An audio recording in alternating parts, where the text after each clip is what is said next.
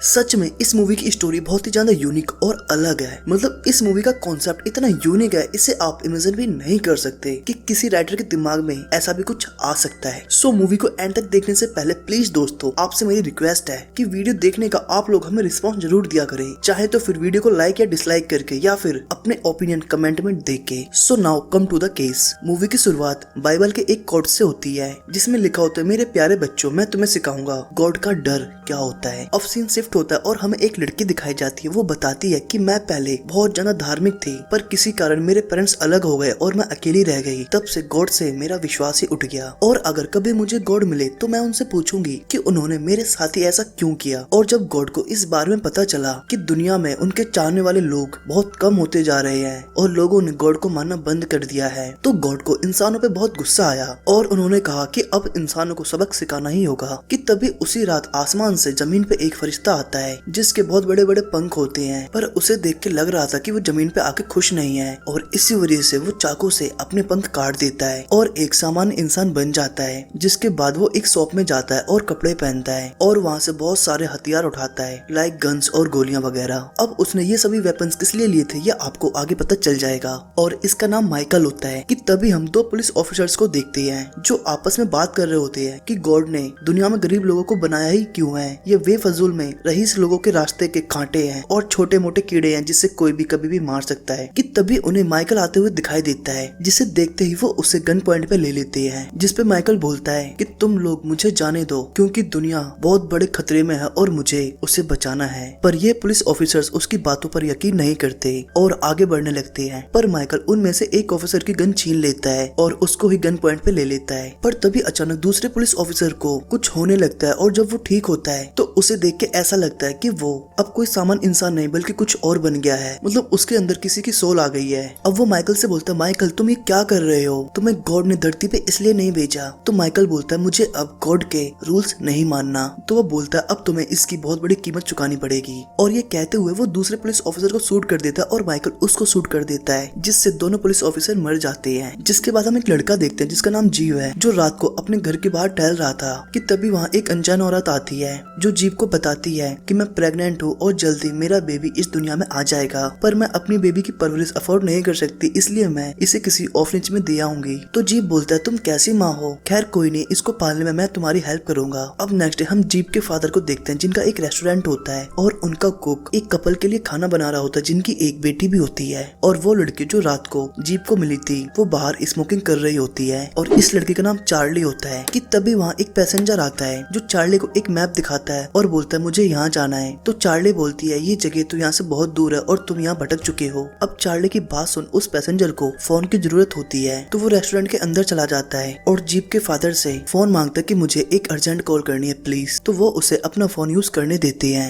अब बाहर जीप एक बहुत भयानक तूफान आता हुआ देखता है और अंदर टीवी की स्क्रीन भी गड़बड़ाने लगती है और सडनली उस पैसेंजर की कॉल भी कट हो जाती है। और ये सभी लोग समझ नहीं पा रहे थे कि ये क्या हो रहा है। कि कुछ देर बाद रेस्टोरेंट में एक बहुत ही ज्यादा अजीब ओल्ड लेडी आती है और जब चार्ली उस बूढ़ी औरत का ऑर्डर लेने जाती है तो वो चार्ली का मजाक उड़ाती है, लेकिन चार्ली कुछ नहीं बोलती।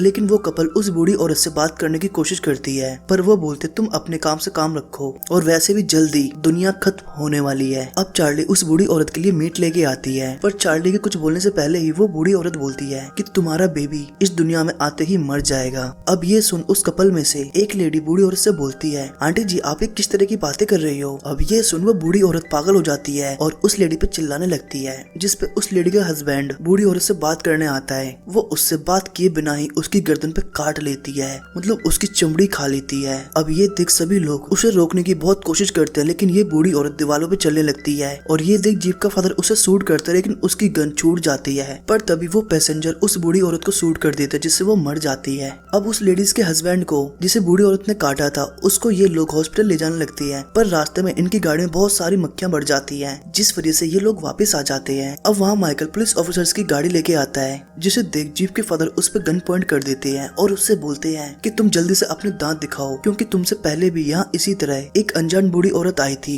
और वो जल्दी एक खूंखार जानवर में बदल गई। तो इसलिए माइकल अपने तीत दिखाता है और बोलता है तुम लोग घबराओ मत, मैं तुम्हें यहाँ बचाने के लिए आया हूँ। और वैसे भी उस बूढ़ी औरत की तरह यहाँ बहुत सारे लोग आने वाले हैं जो हम सबको मारना चाहते हैं। अब माइकल अपने वेपन्स में से सभी लोगों को एक एक गन दे देता है और बोलता है यहाँ बहुत सारे लोग आने वाले हैं जो हमें मारना चाहते हैं, तो उनसे तुम्हें डटकर सामना करना है। जिसके बाद ये सभी लोग जल्दी से अंदर आते हैं। अब जीव और चार्ली नीचे ही रहते हैं और माइकल बाकी के लोगों को अपने साथ टेरेस पे ले जाता है कि उसी रात वहाँ एक आइसक्रीम वाला आता है और उसके भी दांत उसी बूढ़ी औरत की तरह थे और उसके हाथ पैर भी बहुत ज्यादा लंबे थे। मतलब ये भी इन लोगों को मारने के लिए आया था, पर ये लोग उसे भी गोलियों से छल्ली कर देती हैं। पर धीरे धीरे वहाँ गाड़ियों से बहुत सारे लोग आ रहे थे जो इन्हें मारने ही आ रहे थे, पर ये लोग हिम्मत से उन सभी का सामना करते हैं और सभी को मारते रहते हैं। अब वो कपल भी नीचे होता है कि तभी एक लड़की आती है, उस कपल में से आदमी को खींच के बाहर ले जाती है, पर तभी वहाँ माइकल आता है और उन सभी वियर्ड लोगों को मार गिराता है। अब जीव के फादर माइकल से पूछते हैं ये सब क्या हो रहा है हमारे साथ, तो माइकल बताता है दुनिया में पाप बहुत ज्यादा बढ़ गया है और ऐसे लोग भी जो भगवान गॉड को नहीं मानते,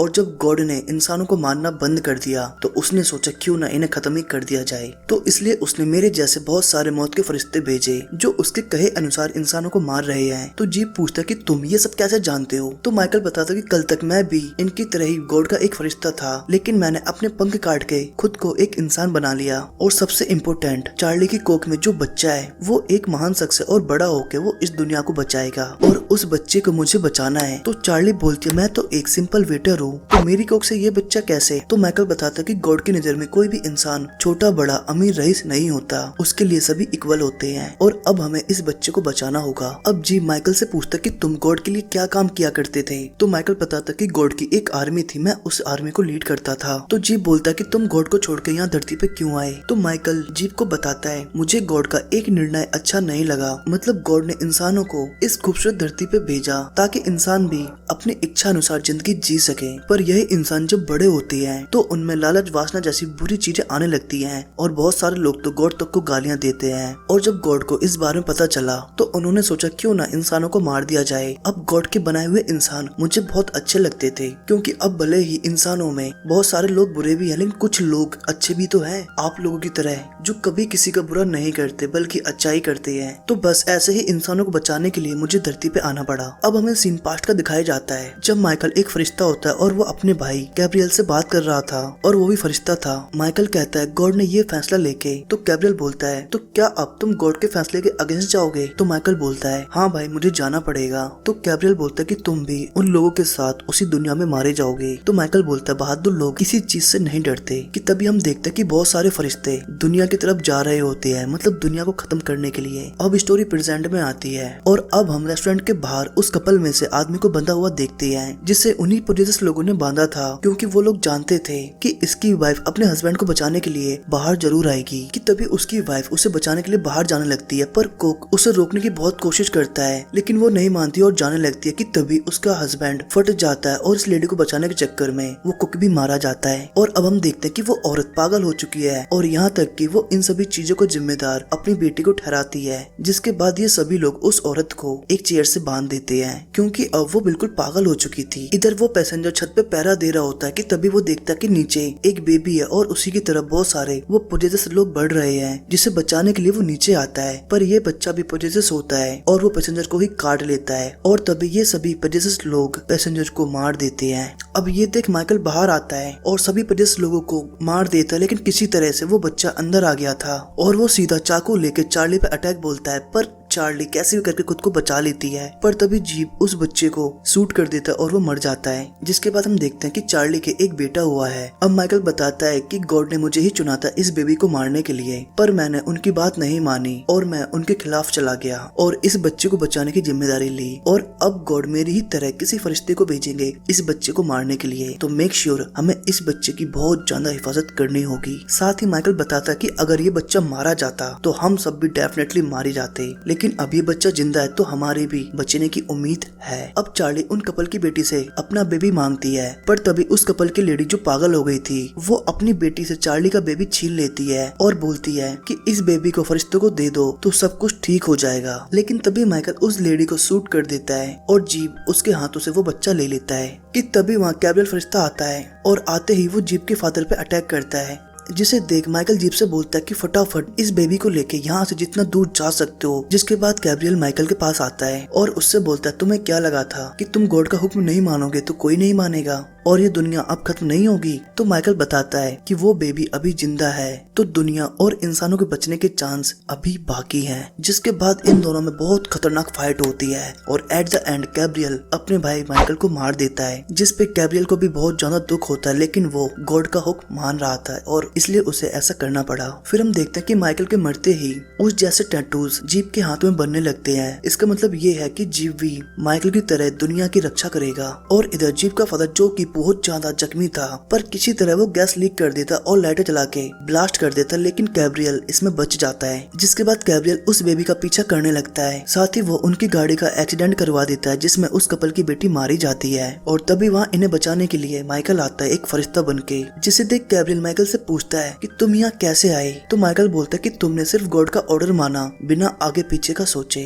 मतलब बिना सही गलत समझे, लेकिन गॉड को किस चीज की जरूरत है तुमने वो नहीं समझा और मैंने गॉड की उस चीज का ख्याल रखा तो इसलिए गॉड ने मुझे एक और मौका दिया। जिसके बाद माइकल गैब्रियल को घायल कर देता लेकिन उसे मारता नहीं। जिसके बाद गैब्रियल वापस से आसमान में चला जाता है गॉड के पास और अब माइकल जीप के पास जाता है और उसे बोलता है कि तुम अब इस दुनिया की रक्षा करोगे और वो भी वापस से आसमान में चला जाता है। जिसके बाद हम जीप और चार्ली को देखते हैं, साथ ही उस छोटी सी बेबी को देखते हैं जो अब चार्ली की गोद में था और वो बहुत ही प्यारा और बहुत क्यूट था। और इसी के साथ इस मूवी का एंड हो जाता है। सो थैंक्स फॉर वॉचिंग दोस्तों।